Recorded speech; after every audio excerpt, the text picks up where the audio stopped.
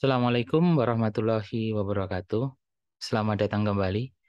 Di video kali ini kita akan membahas tentang pengelolaan air bersih dan sanitasi di rumah sakit. Di dalam ketentuan akreditasi rumah sakit, kita bisa temukan tentang pengelolaan itu, kemudian ketercapaian yang akan dilakukan penilaian oleh surveyor di dalam bab yaitu bab MFK atau Manajemen Fasilitas dan Keselamatan. Di dalam terminologi yang ada di peraturan pemerintah nomor 47 tahun 2021 tentang penyelenggaraan perumahsakitan, terminologi itu kita kenal dengan ruang pengelolaan air bersih dan sanitasi. Nah, di dalam akreditasi rumah sakit, ketentuan-ketentuan itu ada pada bab MFK.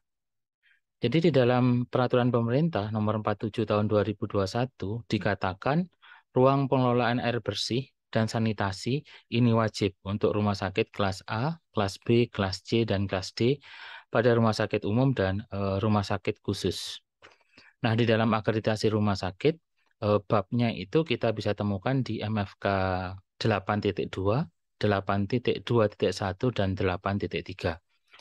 Yang pertama kita bahas untuk MFK 8.2. Jadi sistem utilitas rumah sakit menjamin tersedianya air bersih dan listrik sepanjang waktu. Jadi kaidah tentang elemen penilaian itu bersandingan antara kaidah air bersih dan listrik. Namun pada kesempatan kali ini kita akan membahas tentang kaidah air bersihnya.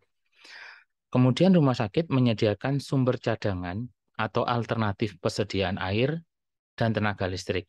Jika kemudian ada problem, yaitu terputusnya sistem, kontaminasi, ataupun kegagalan. Nah, di dalam elemen penilaian yang A, rumah sakit memiliki proses sistem utilitas dalam keadaan darurat. Jadi pada keadaan darurat, rumah sakit mesti memiliki sistem utilitas. Sistem utilitas tersebut, yang pertama, diidentifikasi peralatan, sistem, serta area yang memiliki resiko paling tinggi terhadap pasien dan staf bila terjadi kegagalan. Yang kedua, menyediakan air bersih dan listrik 24 jam sehari dan 7 hari dalam seminggu.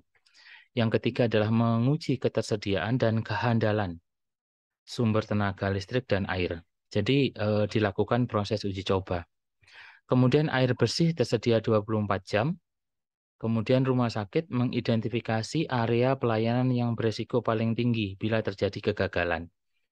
Kemudian rumah sakit memiliki sumber, baik itu adalah sumber air bersih ataupun sumber listrik.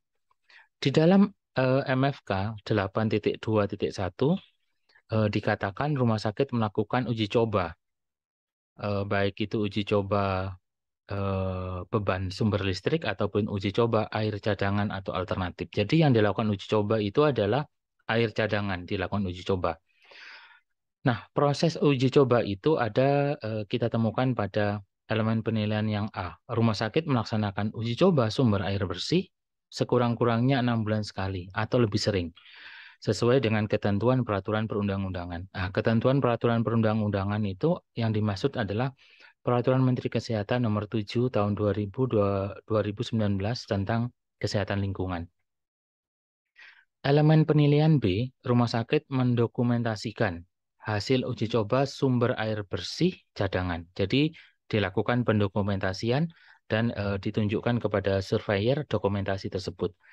Kemudian yang C, rumah sakit mendokumentasikan hasil uji sumber listrik cadangan. Jadi untuk sumber listrik itu didokumentasikan. Kemudian rumah sakit memiliki tempat dan jumlah bahan bakar. Jadi tempat, jumlah bahan bakar itu kemudian mencukupi. Nah, di dalam MFK 8.3 ini membahas kaitan dengan air. Rumah sakit melakukan pemeriksaan air bersih dan air limbah secara berkala. Jadi ada dua pemeriksaan, pemeriksaan air bersih secara berkala dan pemeriksaan air limbah secara berkala. Di dalam elemen penilaian yang A, rumah sakit menerapkan proses pemeriksaan yang meliputi yang pertama adalah pemantauan mutu air bersih paling sedikit 1 tahun sekali dan pemeriksaan kimia minimal setiap 6 bulan sekali. atau lebih sering bergantung pada ketentuan peraturan. Jadi pemeriksaan itu kaidahnya itu adalah kaidahnya peraturan, yaitu Peraturan Menteri Kesehatan Nomor 7 Tahun 2019. Kemudian untuk pemeriksaan air limbah dilakukan setiap 3 bulan sekali atau lebih sering. Pemeriksaan mutu air yang digunakan untuk dialisis dilakukan setiap bulan.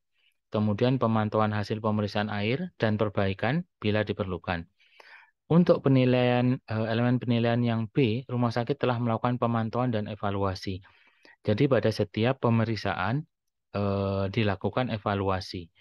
Unit yang melakukan evaluasi adalah unit pengelola pengolahan air dan hygiene. Dalam hal ini adalah Kesling atau unit kesehatan lingkungan. Kemudian di elemen penilaian yang C, rumah sakit menindaklanjuti hasil pemantauan. Jadi ada rencana dan tindak lanjut.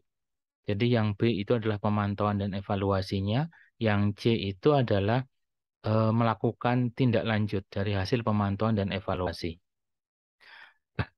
Berkaitan dengan pengelolaan air dan hygiene di rumah sakit, kita kenal ada kaidah standar baku mutu air.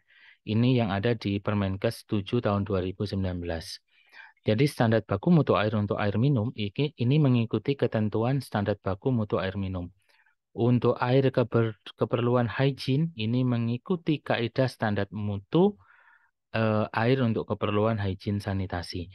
Air untuk pemakaian khusus misalkan ruang hemodialisa, kemudian laboratorium dan ruangan-ruangan lain ada kaidah tersendiri yang diatur secara khusus.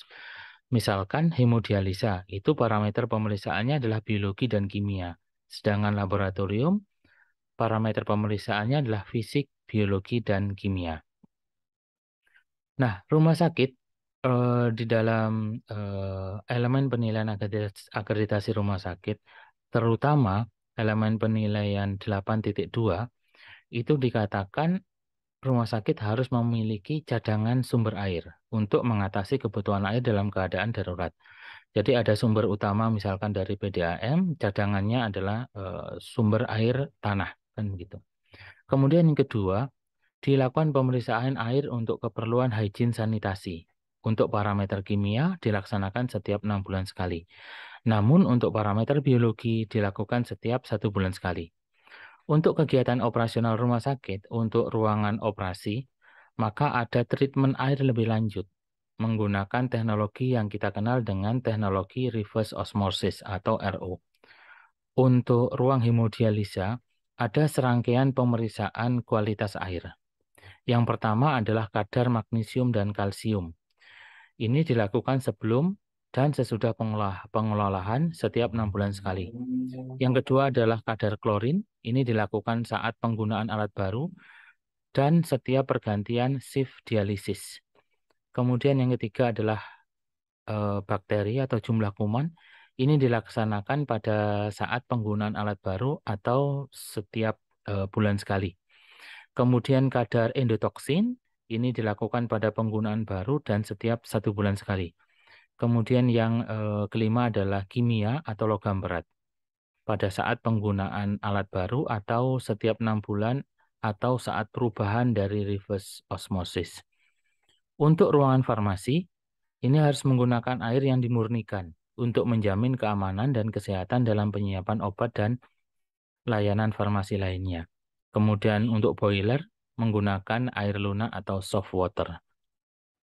Nah, untuk standar baku mutu kualitas biologi air untuk hemodialisis ini ada kaidahnya. Ada yang pertama untuk air, ini angka kumannya kurang dari sama dengan 200 CVU per mililiter. Angka endotoksinnya kurang dari 2 CVU per mililiter. Untuk ultra pure, untuk flux tinggi, angka kumannya kurang dari 0,1, angka endotoksinnya kurang dari 0,03. Untuk yang kedua, untuk dialisat, angka kumannya kurang dari 200 CVU per mili. Kemudian untuk ultra pure, untuk flux tinggi, angka kumannya kurang dari 0,1 CVU dan kurang dari 0,03 CVU per mili. Untuk standar baku mutu kimia air, yang digunakan untuk hemodialisa ini mengikuti kadar maksimum setiap parameter. Ini adalah contoh-contoh parameter. Jadi kalau kita lihat pada ketentuannya, Permenkes nomor 7 tahun 2019, jumlah parameter kimia itu banyak. Misalkan kalsium 2 mg per liter maksimumnya. Kemudian magnesium ini adalah 4 mg per liter dan lain sebagainya. Jadi ada parameter kimia yang diatur dan dilakukan pemeriksaan secara rutin. Kemudian standar baku mutu fisika air untuk kegiatan laboratorium kita kenal dengan resistivity atau daya tahan listrik dan conductivity atau daya hantar listrik.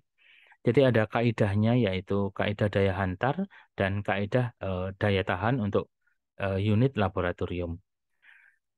Nah, untuk standar baku mutu kimia untuk air untuk kegiatan laboratorium ini pemeriksaannya adalah pH pada suhu 25 derajat, kemudian senyawa organik, kemudian natrium, silika, dan klorida. Jadi ada ketentuan-ketentuan dari pemeriksaan laboratorium untuk mutu kimia airnya. Kemudian untuk persyaratan air. Persyaratan air ini adalah kebutuhan air rumah sakit yang harus dihitung oleh rumah sakit sehingga rumah sakit mampu mencukupi kebutuhan airnya. Ada beberapa kaidah. Yang pertama, air keperluan untuk air minum. Air keperluan untuk hygiene sanitasi dan keperluan khusus ini dibedakan untuk memberikan jaminan perlindungan kesehatan dan keselamatan pemakainya. Kemudian yang kedua, rumah sakit menyediakan air minum ini 5 liter per tempat tidur per hari. Untuk ibu menyusui, ini adalah 7,5 liter per tempat tidur per hari. Jadi kebutuhan air rumah sakit untuk air minum ini adalah rentangnya adalah 5 sampai dengan 7,5 liter per tempat tidur per hari. Ini yang dihitung sebagai kebutuhan air minum rumah sakit. Kemudian untuk volume air untuk keperluan hygiene dan sanitasi, ini mengikuti kaidah dari kelas rumah sakit. Kalau rumah sakit kelas A dan kelas B ini 400 sampai dengan 450 liter per tempat tidur per hari. Untuk rumah sakit kelas C dan kelas D ini adalah 200 sampai 300 liter per tempat tidur per hari. Sedangkan untuk rawat jalan ini 5 liter per orang per hari. Begitu. Jadi itu adalah kaidah-kaidah kita di dalam melakukan telusur fasilitas pada fasilitas pengelolaan air untuk kebutuhan hygiene dan sanitasi rumah sakit. Kaidah lengkapnya tentu kita temukan di dalam Permenkes nomor 7 tahun 2019 tentang kesehatan lingkungan. Semoga bermanfaat dan dapat kita persiapkan dengan baik untuk keperluan penilaian akreditasi rumah sakit. Terima kasih, sampai bertemu pada video selanjutnya. Assalamualaikum warahmatullahi wabarakatuh.